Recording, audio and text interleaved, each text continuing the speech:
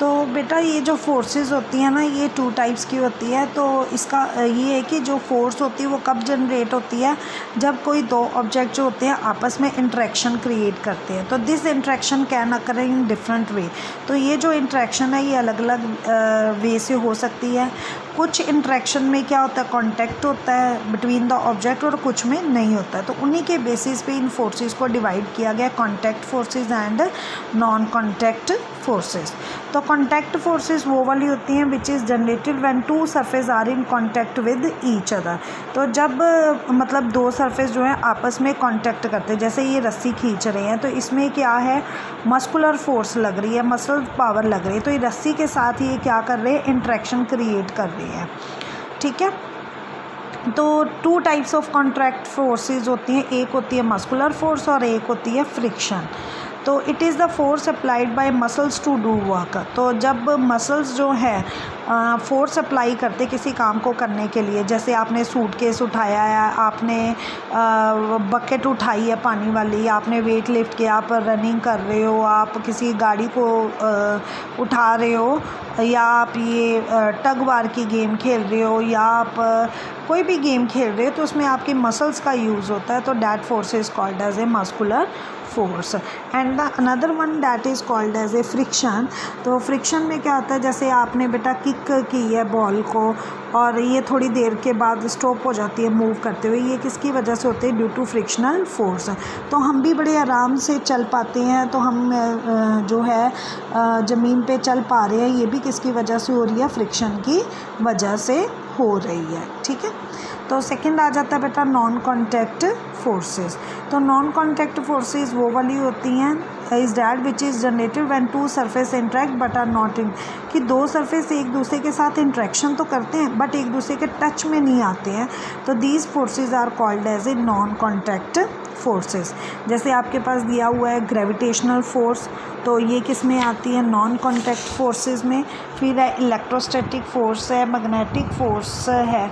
ठीक है। तो ये जो 3 फोर्सेस हैं, ये 3 फोर्सेस किस में आती हैं, नॉन कॉन्टैक्ट फोर्सेस में। तो there are 3 main non contact forces, gravitational, magnetic, ठीक है, ग्रेविटेशनल, मैग्नेटिक एंड इलेक्ट्रोस्टैटिक। तो सबसे पहले हम बात करेंगे ग्रेविटेशनल फोर्स के बारे में।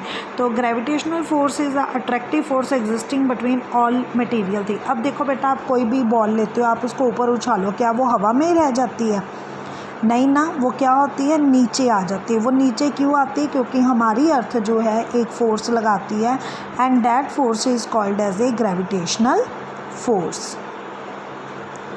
तो an object exert the force of gravitation, attraction on all other object in the universe. The magnitude of this force depend upon the mass of the object and its distance from the other object. तो जो heavier object होते हैं बेटा, वो ज़्यादा जो ज़्यादा pressure लगाते हैं as compare to the lighter. तो जो हमारे लिए सबसे इम्पॉर्टेंट है वो कौन सी है, ग्रेविटेशनल फोर्स, वो कौन सी है बेटा, ग्रेविटी ऑफ द अर्थ है। तो हाई जो अर्थ का मास है, क्योंकि अर्थ तो बहुत ज़्यादा बड़ी है, इसका मास भी बहुत ज़्यादा है, तो ग्रेविटेशनल अर्थ क्या है, स्ट्रॉन्ग है एंड पुल्स, और वो हर एक चीज़ को अपनी तरफ खींचती है towards the centre. The gravitational pull of earth is measured in terms of weight. तो हम इसे किस तरह मेजर कर सकते हैं, वेट की हद से हम इसका जो है टर्म्स को मेजर करते हैं। तो weight is defined as the force with which a body is pulled towards the centre of the earth. तो वेट क्या होता है, weight is defined as the force, कहते हैं ये वो वाली फोर्स है जिसमें बॉडी जो है अपने आप खींची चली जाती है अर्थ के सेंटर की तरफ। तो weight of an object will be different at different places on earth. इसीलिए जो वेट होता है हर एक इंसान का या हर एक एनिमल्स का, वो अर्थ के अलग अलग जगह पे अलग अलग होता है due to their varying distance from the earth centre, की अर्थ के सेंटर से वो कितनी दूरी पर है। जैसे ये देखो बेटा, एक बॉडी दिखाई गई, उसका मास है 120 kg, तो वेट उसका कितना आ गया, 1200 न्यूटन आ गया। अब अगर वो चांद पे है तो उसका मास है 120, वेट कितना आ गया, 200 न्यूटन। 200 न्यूटन क्यों आएगा,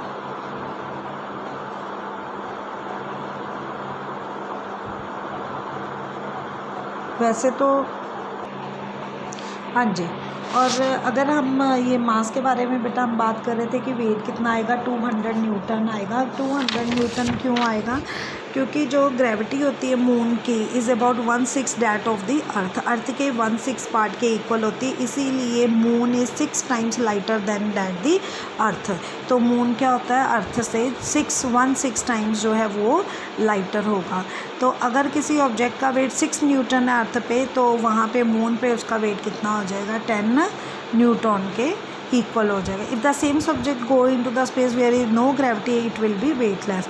और अगर वही ऑब्जेक्ट स्पेस में कहीं और जाएगा तो वो क्या बन जाएगा, वेटलेस बन जाएगा। ठीक है, तो इसका मतलब ये है कि ग्रेविटी जो होती है ये हमें हेल्प करती है तो अर्थ की सरफेस पे मूव करने के लिए। It is gravity of the sun that keeps all the planet जो है इसी ग्रेविटी की वजह से जितने भी प्लैनेट है वो सन के चारों तरफ चक्कर लगाते हैं। तो क्या होगा अगर ग्रेविटी नहीं होगी? अगर ग्रेविटी नहीं होगी तो बेटा हम भी क्या करेंगे, इस अर्थ पे स्विमिंग करेंगे, हम भी तैरने लग जाएंगे। जैसे वो किसी और जैसे हम यूनिवर्स में जाते हैं या स्पेस जो एस्ट्रोनॉट है वो जाते हैं तो वो वहाँ पे लाइक स्विमिंग करते हैं ना, क्योंकि वहाँ पे वो चल नहीं पाते हैं। तो अगर ग्रेविटी नहीं होगी तो सारे ही क्या करेंगे, फिर फ्लोटिंग करना शुरू कर देंगे।